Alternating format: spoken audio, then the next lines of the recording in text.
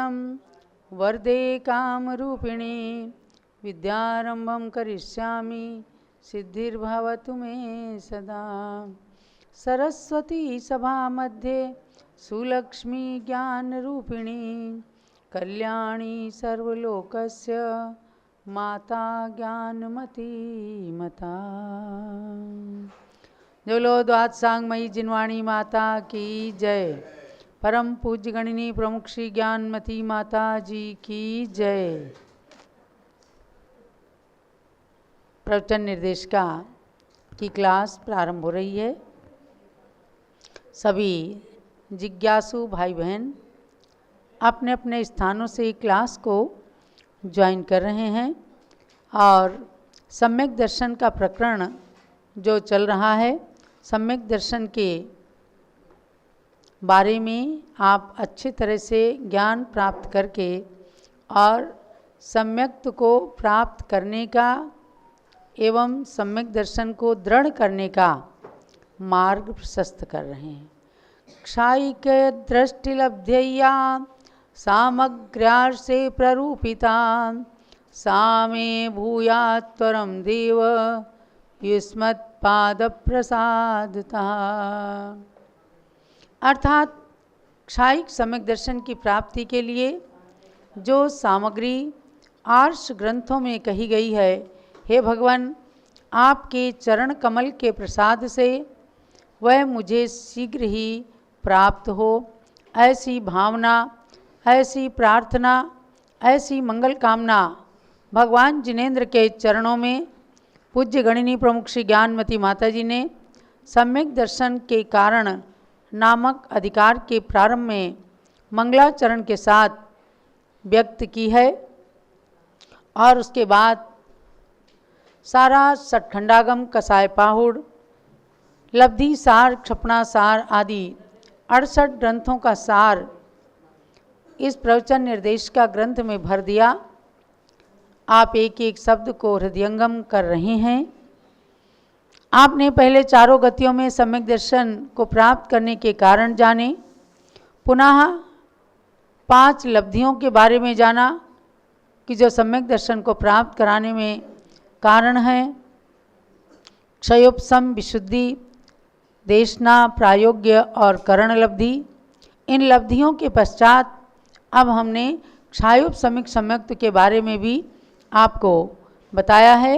आज हम आएंगे क्षायिक सम्यक्त का प्रकरण है कि क्षायिक सम्यक्त के कारण। Page number 25। जिन लोगों ने अभी तक भी प्रवचन निर्देश का ग्रंथ प्राप्त नहीं किया है, शीघ्रता से जम्बूद्वीप हसनापुर से संपर्क करके और इस किताब को मंगा लें। कोई शुल्क नहीं है, ना पुस्तक का ना पोस्टेज का। निःशुल्क पुस्तक पहुंच रही है और जो पहुंचाने में निमित्त बन रहे हैं वे ज्ञान दान करके और आगे अपने ज्ञान के रास्ते खोल रहे हैं। तो आप सबको भी स्वाध्याय करके और ज्ञान की प्राप्ति करना है। क्षायिक सम्यक दर्शन के कारण प्रारंभ होते हैं।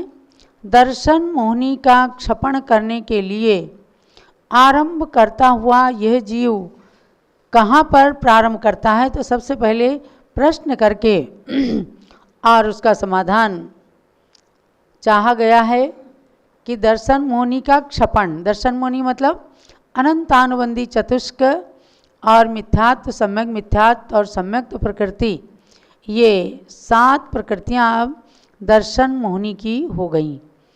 और इसमें 7 प्रकृतियों के उपशम से या 5 प्रकृतियों के उपशम से प्रथमोपशम सम्यक दर्शन प्राप्त करने का बताया। 7 ही प्रकृतियों के या 6 प्रकृतियों के उदयाभावी क्षय सद्वस्था रूप उपशम और एक सम्यक प्रकृति के उदय के साथ क्षायोपशमिक सम्यक दर्शन प्रकट होता है।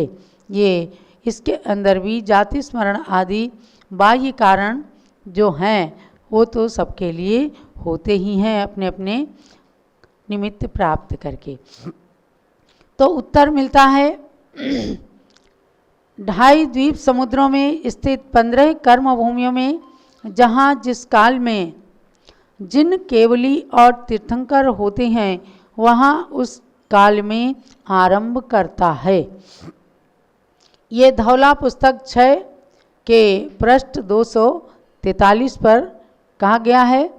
और इसी प्रकार से सिद्धांत चिंतामणि टीका के अंदर भी सम्यक दर्शन के बहुत सारे कारणों में ये सठखंडागम की धौला टीका का भी रेफरेंस वहाँ भी पूज्य माता जी ने लिया है। अब सबसे पहले आपको जानना है कि इन सातों ही प्रकृतियों का जहाँ पर क्षय होता है वहीं उनके क्षयिक सम्यक दर्शन प्राप्त करने की योग्यता हो जाती है। तो ढाई द्वीप समुद्र में स्थित 15 कर्म भूमियाँ। अब आपको जानना, ढाई द्वीप का मतलब क्या है? असंख्यात द्वीप समुद्रों में, मध्यलोक के अंदर असंख्यात द्वीप समुद्र हैं। असंख्यात द्वीप समुद्रों में शुरू के ढाई द्वीप, पहला जम्बू द्वीप, दूसरा धातकी खंड द्वीप और तीसरा पुष्कर द्वीप में से आधा पुष्करार्ध द्वीप। मानसोत्तर पर्वत से पहले आधा द्वीप पुष्कर का लिया तो पुष्करार्ध कहलाया, तो ये हो गए ढाई द्वीप। ढाई द्वीप के अंदर 15 कर्म भूमियाँ हैं। कौन कौन सी 15 कर्म भूमियाँ हैं? देखो, जम्बू द्वीप के अंदर कितनी कर्म भूमि हैं? 5 भरत, 5 ऐरावत, तो ये कितने हो गए? 10 हो गए। और 15 कौन सी हैं? और विदेह क्षेत्र, जम्बू द्वीप का विदेह क्षेत्र, धातकी खंड का विदेह क्षेत्र और पुष्करार्ध द्वीप का विदेह क्षेत्र। तो पूर्व धातकी खंड, पश्चिम धातकी खंड, पूर्व पुष्करार्ध द्वीप, पश्चिम पुष्करार्ध द्वीप और एक जम्बू द्वीप का विदेह क्षेत्र, ऐसे 5 महाविदेह क्षेत्र को लिया है।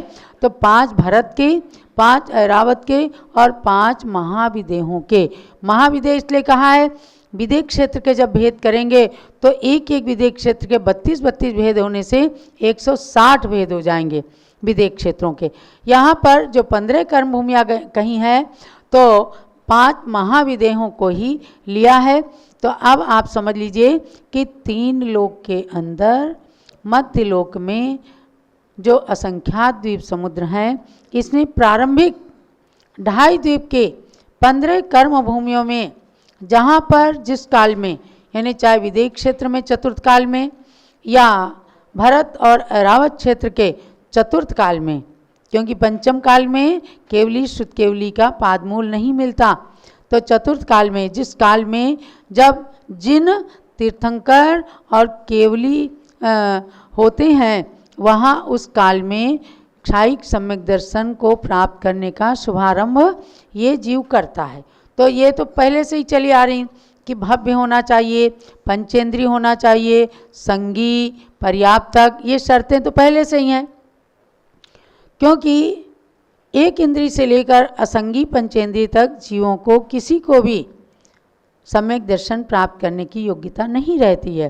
तो प्रथमोपसम, क्षयोपसम और क्षायिक तीनों प्रकार के सम्यक दर्शन में ये चीज़ें लागू हो जाती हैं कि भव्य, पंचेंद्री, संगी और पर्याप्तक जीव ही इन सम्यक दर्शन को प्राप्त करने के लिए योग्यता रखता है।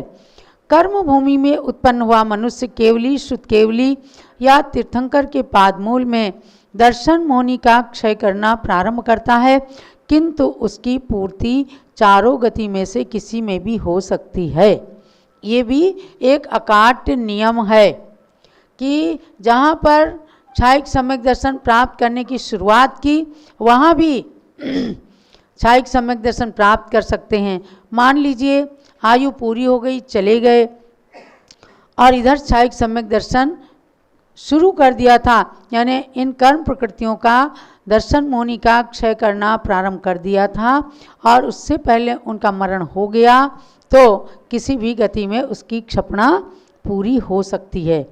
जैसे राजा श्रेणिक थे तो उन्होंने भगवान महावीर के समोसरण में क्षायिक सम्यक दर्शन को पूरी तरह से प्राप्त कर लिया था, समझे ना, प्राप्त कर लिया और वो पहले नरक में गए, आज भी वहाँ पर वो क्षायिक सम्यक दर्शन के द्वारा दुखों को भोगते हुए भी कर्म सिद्धांत का चिंतन करते हैं।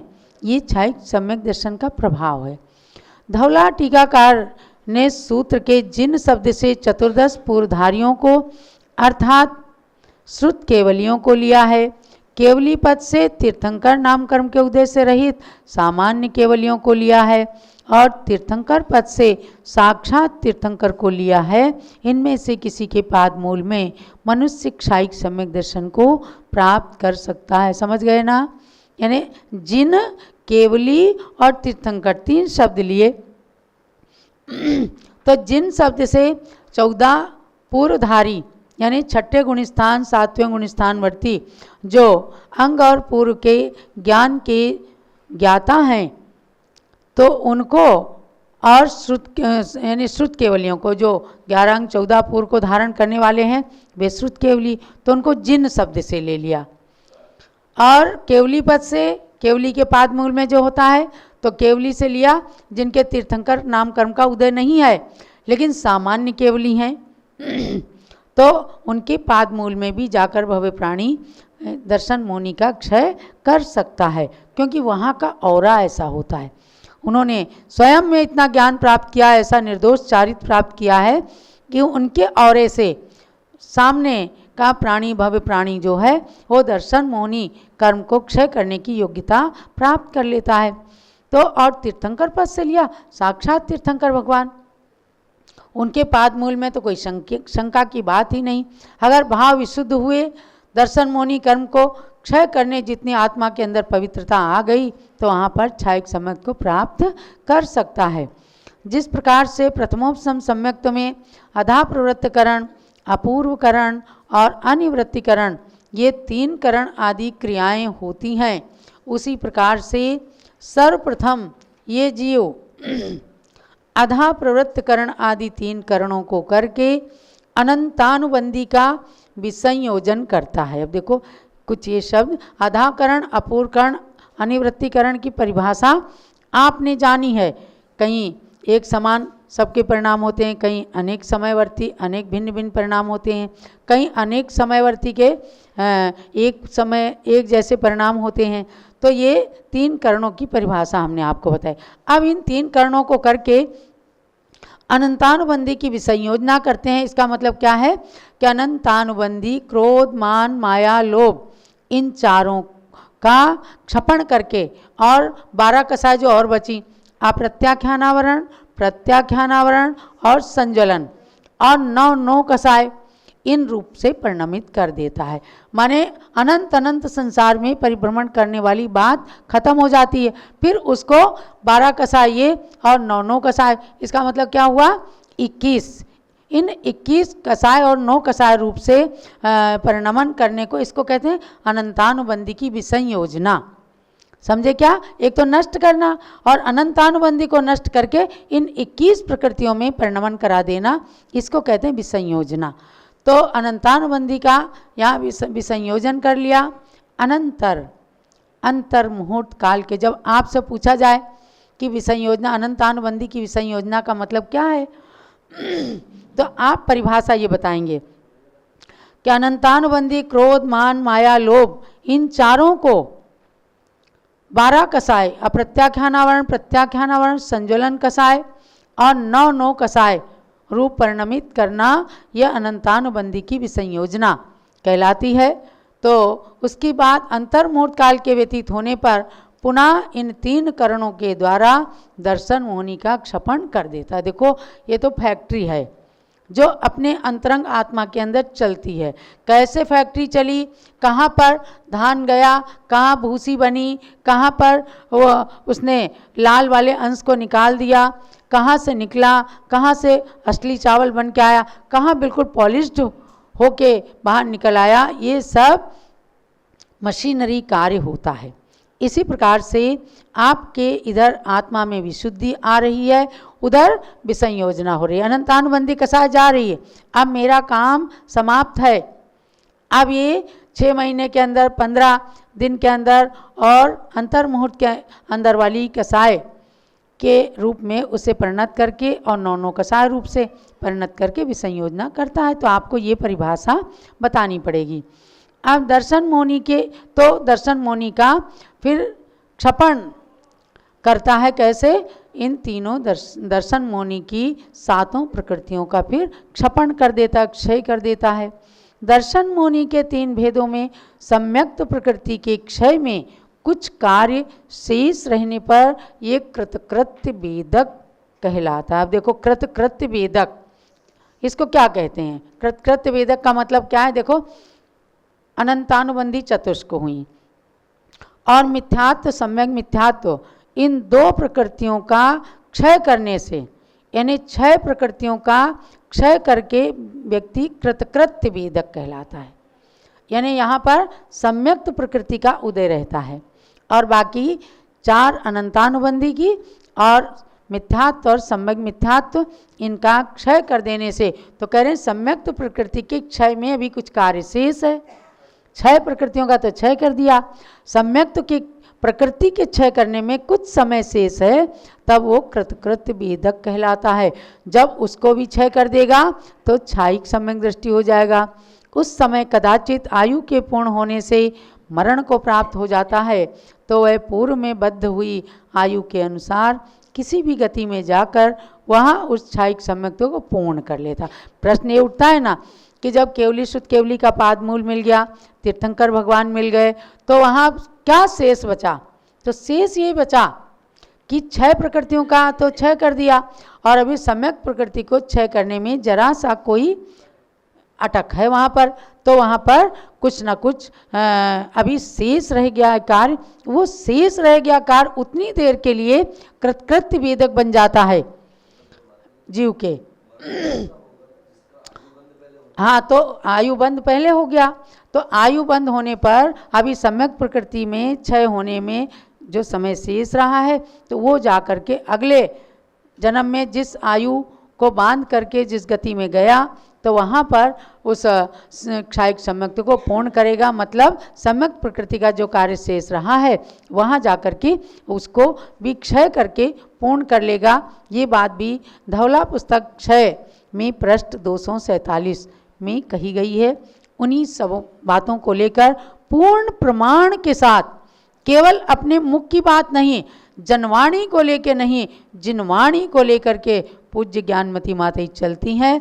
इसीलिए इनके वाक्य सुप्रीम कोर्ट के वाक्य होते हैं कि ज्ञानमती माता जी मतलब जिनवाणी, ज्ञानमती माता जी मतलब गौतम गणधर की वाणी। तो उन्हीं जिनवाणी और गौतम गणधर वाणी को आधार बना करके जिन्होंने अपने पूर्वाचार्यों के द्वारा कही हुई वाणी को ही एक एक जगह लिख करके बराबर उसका आधार, उसका प्रूफ, उसका पेज नंबर, अध्याय सब कुछ खोल दिया है। इसलिए प्रवचन निर्देशिका को आप साक्षात जिनवाणी भगवान महावीर की वाणी से सीधा इसका संबंध समझना और सम्यक दर्शन के प्राप्ति के कारणों को जानकर अब सार रूप में आपको जानना है। आज ना केवली है, ना जिन भगवान हैं, ना तीर्थंकर हैं, इसलिए हम क्षायिक सम्यक दर्शन को नहीं प्राप्त कर सकते। हम क्षयोपशम सम्यक दर्शन को प्राप्त कर सकते हैं, या यूँ समझिए कि हम सच्चे देवसास गुरु के भक्त हैं तो हमें क्षयोपशम सम्यक दर्शन है। यहाँ अभी सम्यक प्रकृति का उदय चल रहा है और उस सम्यक प्रकृति को भी क्षय करने का कब समय आए और हमें कब केवली शुद्ध केवली भगवान का पाद मूल मिले, हम भी क्षायिक सम्यक दृष्टि बन करके अपने भाव भ्रमण को समाप्त करें। यही आज के स्वाध्याय का सार समझना। जावाणी के ज्ञान ते सूजे लोकालोक, सोवाणी मस्तक चढ़ो सदा देतऊँ धोग। हे जिनवाणी भारती जो तेरी शरणा गए, सो पावे सुख। ज्ञानमती को नित नमो, ज्ञान कली खिल जाए। ज्ञान ज्योति की चमक में जीवन मम मिल जाए। जलो द्वादशांगमयी जिनवाणी माता की जय। अब आचार्य त्रय के चरणों में अर्घ चढ़ाकर पूज्य माता की पूजन करेंगे। और सब लोग ध्यान रखिए, माता जी स्वस्थता की ओर धीरे धीरे अग्रसर हो रही हैं, लेकिन आप सब भगवान से प्रार्थना करें कि माता जी जल्दी से ज़्यादा स्वस्थता प्राप्त कर लें, ताकि आपको रोज़ गौतम गणधर की वाणी सुनाए और चातुर्मास की स्थापना खूब अच्छे से आप देखें। और ब्रह्मचारिणी बहनों की जो दीक्षा हो रही है, सबके सौभाग्य की सराहना कीजिए और सब लोग भगवान से प्रार्थना करें, मंत्र का जाप करें। ओम ह्रीम अरहम अस्याउसा नमः श्री ज्ञानमती मातु आरोग्य लाभम कुरु कुरु स्वाहा। ऐसे मंत्र का जाप करते हुए सब लोग मंगल कामना कीजिए। तो अब आचार्य श्री के चरणों में अर्घ्य चढ़ाइए। प्रथमाचार्य शांति सागर के पद में अर्घ्य समर्पण है। वीर सिंधु अरुणेमि सिंधु आचार्य के पद का अर्चन है। परम तपस्वी तीनों गुरु शिव पद साधक कहलाते हैं। इन पद में चंदनामती हम अर्घ्य कथाल चढ़ाते हैं। ओम ह्रीम श्री शांति सागर वीर सागर नेमि सागराचार्य त्रयमुनीन्द्रेभ्यो अनर्घवत् प्राप्ति अर्घ्यं निरूपामिति स्वाहा। चलो परम पूज्य गणनीय प्रमुख श्री ज्ञानमती माता जी की जय। पूजन करो जी श्री गणनी ज्ञानमती माता जी की पूजन करो जी। जिनकी पूजन करने से अज्ञान तिमिर नश जाता है। जिनकी दिव्य देशना से शुभ ज्ञान हृदय बस जाता है। उनके श्री चरणों में आवाहन स्थापन करते हैं। सन्निधि करण विधि पूर्वक पुष्पांजलि अर्पित करते हैं। पुष्पांजलि अर्पित करते हैं। पूजन करो जी श्री गणनी ज्ञानमती माता जी की पूजन करो जी। ओम ह्रीम गणनी प्रमुख श्री ज्ञानमती माता अत्र अवतर 67 आह्वाननम अत्र तिष्ठ तिष्ठ ठः ठः स्थापनम अत्र मम सन्नितो भव भव षट् सन्निधिकरणं स्थापनम। ज्ञानमती जी नाम तुम्हारा ज्ञान सरित अवगाहन है। तेरी पावन प्रतिभा लग कर मेरा मन भी पावन है। मुझे अज्ञानी ने माँ जब से तेरी छाया पाई है। तब से दुनिया की कोई छवि मुझको लुभा न पाई है। ज्ञानामृत जल पीने हेतु तव पद में मेरा मन है। तेरी पावन प्रतिभा लग कर मेरा मन भी पावन है। ओम ह्रीम गणेन्द्र प्रमुख श्री ज्ञानमती मात्रे जलम निरूपामिति स्वाहा। चंदन और सुगंधित गंधों की वसुधा पर कमी नहीं। लेकिन तेरी ज्ञान सुगंधि से सुरभित है आज मही। उसी ज्ञान की सौरभ लेने को आतुर मेरा मन है। तेरी पावन प्रतिभा लख कर मेरा मन भी पावन है। ओम ह्रीम गणेन्द्र प्रमुख श्री ज्ञानमती मात्रे चंदनम निरूपामिति स्वाहा। जग के नश्वर वैभव से मैंने शाश्वत सुख था चाहा। पर तेरे उपदेशों से वैराग्य हृदय मेरे भाया। लिए मुझे तेरा प्रवचन ही साधन है। तेरी पावन प्रतिभा लख कर मेरा मन भी पावन है। ओम ह्रीम गणेन्द्र प्रमुख श्री ज्ञानमती मात्रे अक्षतम निरूपामिति स्वाहा। कामदेव ने निज बाणों से जब युग को था ग्रसित किया। तुमने अपनी कोमल काया लघुवय में ही तपा दिया। इसीलिए तो पद में आकर शांत हुआ मेरा मन है। तेरी पावन प्रतिभा लख कर मेरा मन भी पावन है। ओम ह्रीं गणनी वृक्षि ज्ञानवती मात्रे पुष्पम निरुपामति स्वाहा। मानव सुंदर पकवानों से अपनी क्षुधा मिटाते हैं, लेकिन उनके द्वारा भी नहीं भूख मिटावे पाते हैं। आत्मा की संतृप्ति हेतु तो वाणी मेरा भोजन है, तेरी पावन प्रतिभा लख कर मेरा मन भी पावन है। ओम ह्रीं गणनी वृक्षि ज्ञानवती मात्रे नैवेद्यम निरुपामति स्वाहा। विद्युत के दीपों से जग ने ग्रह अंधेर मिटाया है, ज्ञान का दीपक लेकर तुमने अंतरंग चमकाया है। घृत का दीपक लेकर माता हम करते तो प्रणमन है, तेरी पावन प्रतिभा लख कर मेरा मन भी पावन है। ओम ह्रीं गणनी वृक्षि ज्ञानवती मात्रे दीपम निरुपामति कर्मों ने ही अब तक मुझको ये भव भ्रमण कराया है, तुमने उन कर्मों से लड़कर त्याग मार्ग अपनाया है। धूप जलाकर तेरे सम्मुख हम करते तो पूजन है, तेरी पावन प्रतिभा लख कर मेरा मन भी पावन है। ओम ह्रीं गणनी वृक्षि ज्ञानवती मात्रे धूपम निरुपामति स्वाहा। कितने खट्टे मीठे फल को मैंने अब तक खाया है, तुमने माँ जिन वाणी का मोल ज्ञान फल खाया है। तो पूजन फल ज्ञान निधि मिल जावे ये मेरा मन है, तेरी पावन प्रतिभा लख कर मेरा मन भी पावन है। ओम ह्रीं गणनी वृक्षि ज्ञानवती मात्रे फलम निरुपामति स्वाहा। पिच्चिका मंडल उधारी माता नमन तुम्हें हम करते, अस्त्र द्रव्य का थाल सजाकर अर्घ्य समर्पण करते हैं। युग की पहली ज्ञानमती जी के चरणों में अभिवंदन है, तेरी पावन प्रतिभा लख कर मेरा मन भी पावन है। ओम ह्रीं भारत गौरव दिव्य शक्ति गणनीय प्रमुख आरिका श्रवण श्री ज्ञानवती मात्रे अर्घ्यम निरुपामति स्वाहा। हे मातु ज्ञान गंग की पवित्र धार है, तेरे समक्ष गंगा की लहरें बेकार हैं, उस धार की कुछ बूंदों से जलधार मैं करूं, वो ज्ञान नीर मैं हृदय के पात्र में